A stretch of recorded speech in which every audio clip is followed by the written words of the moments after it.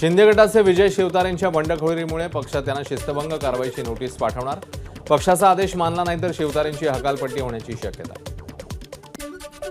पक्षाकडून कोणतीही नोटीस आली नाहीये। शिंदे गटाचे विजय शिवतारेंची माहिती तर लोकसभा निवडणूक लढवणारच शिवतारेंची प्रतिक्रिया। पुण्यामध्ये उद्या अजित पवारांनी बोलावली बैठक। बैठकीत माढा लोकसभेच्या जागेबाबत चर्चा होणार तर सातारा आणि नाशिक उमेदवारीबाबत बैठकीत चर्चा करणार। पुण्यामध्ये 28 मार्चला रिपब्लिकन पक्षाची राज्यस्तरीय बैठक होणार। लोकसभा निवडणुकीच्या पार्श्वभूमीवर बैठकीचं मार्गदर्शन केंद्रीय राज्यमंत्री रामदास आठवले करणार। मनसेची उद्या शिवतीर्थावर महत्त्वाची बैठक। मनसेच्या महायुतीच्या सहभागासंदर्भात चर्चा होण्याची शक्यता। बैठकीमध्ये मुंबईतल्या 6 मतदारसंघांचा आढावा घेतला जाणार। स्वाभिमानी शेतकरी संघटना लोकसभेच्या 6 ते 7 जागा लढवणार। लवकरच कोर कमिटीची बैठक घेऊन राजू शेट्टी उमेदवारांच्या नावाची घोषणा करणार। स्वाभिमानीचे प्रदेशाध्यक्ष संदीप जगताप यांची माहिती। हातकणंगले लोकसभा निवडणूक स्वबळावर लढणार। स्वाभिमानी शेतकरी संघटनेच्या राजू शेट्टींची भूमिका तर मी माझ्या भूमिकेवर ठाम, प्रसंगी नुकसानही सहन करायला तयार, शेट्टींचा मोवियाला इशारा। लोकसभा निवडणुकीच्या पार्श्वभूमीवर सोशल मीडियावर प्रचार करणाऱ्यांवर पोलिसांची नजर। जातीय तेढ निर्माण होईल असा प्रचार न करण्याचं पोलिसांचं आवाहन।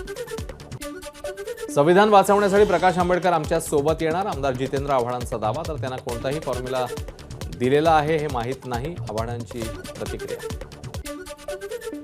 भंडाऱ्यामध्ये उद्या महायुतीचे उमेदवार सुनील मेंढे उमेदवारी अर्ज दाखल करणार। यावेळी उपमुख्यमंत्री देवेंद्र फडणवीसांच्या उपस्थितीत मेंढेंचं शक्ती प्रदर्शन। चंद्रपूरमध्ये महाविकास आघाडीच्या उमेदवार प्रतिभा धानोरकर यांचा गाजावाजा न करता उमेदवारी अर्ज दाखल। यावेळी जिल्हाध्यक्ष आमदार सुभाष धोटे आणि काँग्रेस नेते उपस्थित। गडचिरोली लोकसभेचे महायुतीचे उमेदवार अशोक नेते यांनी भरला उमेदवारी अर्ज। यावेळी उपमुख्यमंत्री देवेंद्र फडणवीस आणि प्रदेशाध्यक्ष चंद्रशेखर बावनकुळेंची उपस्थिती। प्रचंड मतांनी निवडून येईल असा नेते यांना विश्वास। गडचिरोलीत काँग्रेसमधून भाजपमध्ये इनकमिंग। नामदेव उसेंडींनी घेतला हाती कमळ। बावनकुळेंच्या उपस्थितीत पक्षप्रवेश।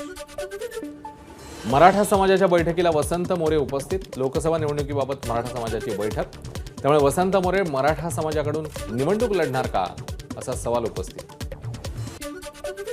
बुलढाणा जिल्ह्यातील शेगाव आणि अकोल्याच्या बाळापुरात भूकंपाचे सौम्य धक्के। जमीन हल्ल्यानं नागरिकांमध्ये घबराट। सायंकाळी 6:05 भूकंप झाल्याची माहिती। अकोल्यामध्ये उन्हाचा पारा 41.5 अंशांवर। किमान तापमानात दिवसेंदिवस वाढ। शनिवारी 40.4 अंश सेल्सिअस तापमानाची झाली होती नोंद। पंढरपूरच्या विठ्ठल रुक्मिणी मंदिर समितीचे कर्मचारी चैतन्य कुलकर्णी यांचं हृदयविकाराच्या झटक्याने निधन। पंढरपूर शहरामध्ये हळहळ व्यक्त। एबीपी माझा, उघडा डोळे बघा नीट।